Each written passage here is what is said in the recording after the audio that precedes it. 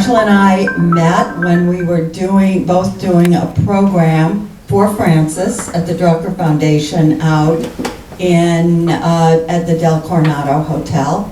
And I was a keynote and you were giving a workshop. I don't know if you remember that. So that was quite something, yeah. It was just sort of an also-ran on the program. Marshall had a party that night, and we've pretty much been friends ever since, so that's been quite a while. And he started this learning network, and I've been part of that. So it's been terrific. And in that time, I've written 6 books that have to do with leadership and women's leadership. And I do lots of speaking and programs all around the world with groups of women leaders, and also within organizations that are trying to figure out ways to be more inclusive. I wrote a book called The Web of Inclusion in 1995, thank you. And it was really the first that put the language of inclusion into the context of organizations. So now that diversity and inclusion is part of the organizational environment, that work keeps going. So it's been extremely gratifying and lots of fun. We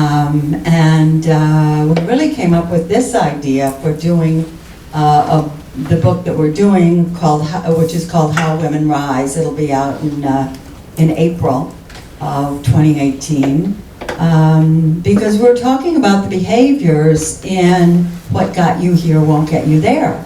And I've been using the model of behaviors that get you to where you are but don't help you move on in some workshops and programs I've been doing.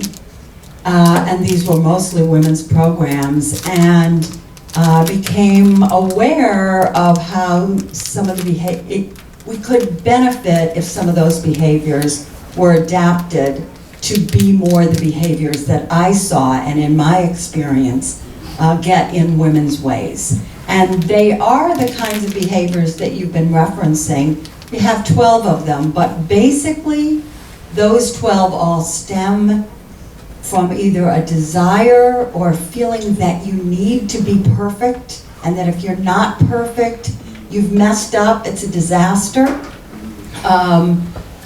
or disgraced, or you've let other people down, etc. And also from a desire to please. I sort of call it, in the book, the disease to please. And those two lead to other kinds of behaviors, like putting your job before your career, and reluctance to claim recognition, etc. So what we've done is, in working together, we've had an absolute blast doing this project, looking at that sort of model and what the behaviors are, and trying to define them, and trying to show, based on our own experience of working with women, how they can be surmounted, how other behaviors can substitute. And one of the things, and I just do want to say this, that's been so interesting, I think I'm very adept at doing this because I exemplify a lot of these behaviors myself. I really do. And especially the things around, being the perfect person and the quest to be that. And I have learned so much working with Marshall. And I want to give you one example. This is what I had talked about when we did the program at his shed. Marshall and I were working in his apartment in New York one afternoon, and he got a call, which he had to take. He usually doesn't take calls, and he said, "Oh, I could hear him. I think he might have been talking to Sarah," saying, okay, I was supposed to call him at 2 o'clock. I'll say Dr. X. No, okay, I'll call him back. Well, I happen to know who Dr. X is. He's one of the top human beings on the planet. And I thought, I just kind of sat there and thought, how would I be feeling if I forgot to call Dr. X at 2 o'clock? I would be ready to jump out this 35th floor window right now and thinking, what did I do in my life to get to this point of being such a screw up? And when Marshall hung up, he went, "Oh, well." And I thought, oh, well, okay, that's an approach. And the next morning, I was back up. I live in the country in the Hudson Valley. And I got a call or email about 7 in the morning from an editor on a profile that I was publishing in Strategy and Business, and saying that I had gotten one fact wrong.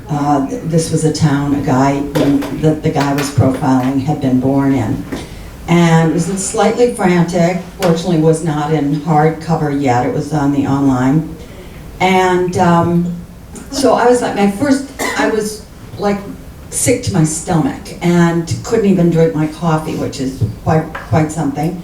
And I was thinking, I've got to call the guy, I've got to do this, I've got to do that. And then suddenly I thought, you got it. You got it. Oh, well. And I was able to make the change. It wasn't a big deal. I was able to contact the guy. He was in Paris. I got him on the phone. We made the change. But I thought, oh, well. And so I took that phrase, oh, well, and I put it on a giant banner above my desk. And it has made a great difference, because I don't have to take every time that I mess something up, because I'm a human being and will do that. I don't have to take it seriously, and I don't have to let it get in my way. I got where I got by not being in a well. I got where I got by doing everything on my list and checking it off. But it's no longer serving me, and that's what I began to see. And I feel that we have honed and developed a message here for women and for men in organizations who work with and for and who also manage women, that we have developed something that is going to be of great value. And I just can't wait till this comes out.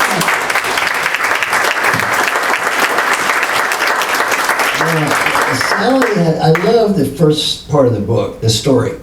So Sally and I, she tells a story about she and I working together. It's a great story. Oh, yeah, I forget the name, Textron or something. We're at this company, Textron, and it's a women's program. Okay, and I'm the only guy there. So I show up, and I had like cut off blue jeans and a sweatshirt. So I show up, and I get there, and I go to get ready, and I realize I forgot to pack my pants. So I have no pants. So I said, oh, this is bad, pants. I should probably have pants. So I had to go talk to the people there and say, well, I got a minor problem, I don't have pants. So why don't we go to Walmart or something and get some pants? So they drive me around, we go to someplace, I think Walmart was the only place to open. I go to Walmart, so I buy some pants, I don't really care. And then it kind of goes downhill from there. So then after that, then I got to go to the bathroom. There's only one minor problem, you see. The women have taken over all the bathrooms. Now there's no men's room, only women's rooms. They forgot me. I said, no, I have to go to the bathroom too, you see. I'm an old man. And they said, oh, we'll have a guard here. So there's a guard even searching around. There's no women in the guard. So the men can appreciate this. So I go to the bathroom. And as a man, you can appreciate. I walked in and it had flowers in the bathroom. And it smelled good. And there was no piss on the floor. So I'm thinking, as a man, red lights are going off in your brain. This is wrong. This is wrong. You do not belong. You should leave. Well, anyway, so I go sit down, and they didn't have urinals either. I noticed that in the women's room. So I go sit down, and it turned out in the women's room they have something called like a purse hanger on the door. Well, not having experience in women's rooms, I was unaware of the purse hanger, so I stand up and bash right into the purse hanger, start bleeding all over everything.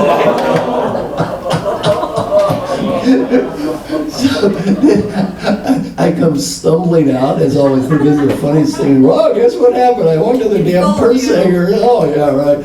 Bleeding it. So then we continue on to do the program. I'm getting near the end. I go, oh, shoot, I got the schedule wrong. I got to leave now. And then I said, but I'm sure Sally will do fine.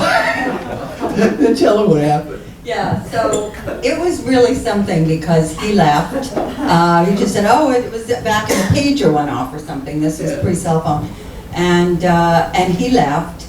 And I thought, wow, First of all, if I forgot my pants, I mean, I have nightmares when I speak about forgetting my pants, literally.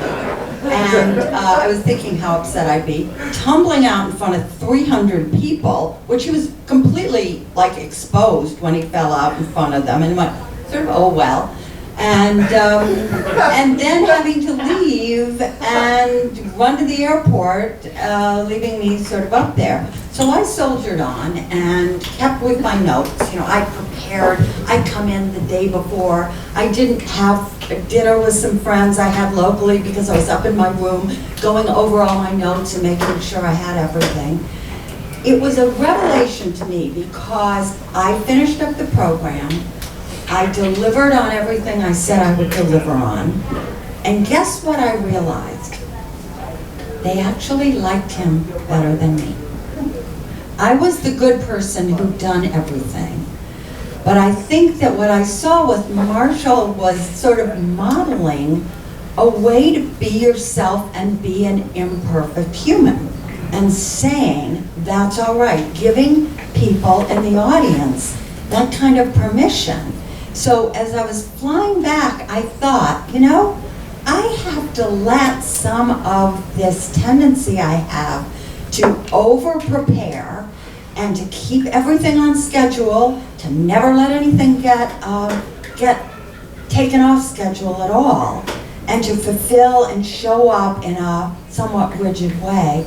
I have to begin learning how to let that go. So for me personally, it's interesting that the beginning of moving beyond that whole complex of behaviors happened with Marshall and I presenting together. So it really feels to me as if we've come full circle and again can provide something of tremendous value.